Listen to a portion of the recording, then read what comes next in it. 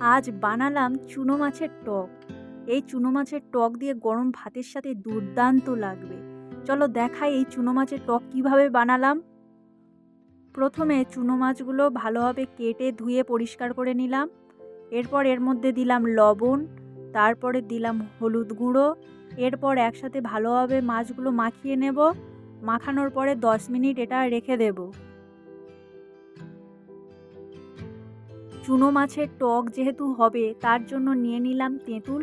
এই তেঁতুলগুলো জলের মধ্যে ভিজিয়ে দেব।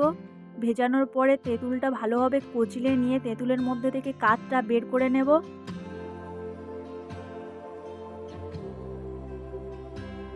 এরপর তেঁতুলের ছিবড়েগুলো বের করে নিয়ে আলাদা করে নেব।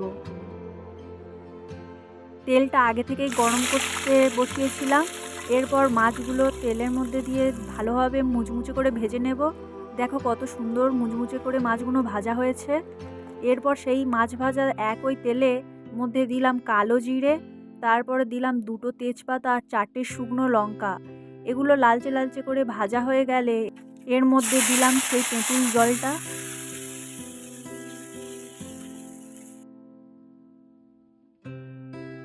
এই তেঁতুল জলটা যখন ফুট ধরবে তার মধ্যে দিলাম পরিমাণ মতো লবণ। এরপর দিলাম মাছ ভাজাগুলো।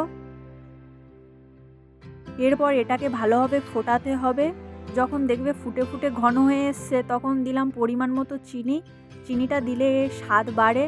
এরপর দিলাম ভাজা জিরে গুঁড়ো। সব শেষে একটু নাড়াচাড়া করে নামিয়ে নেব এটা।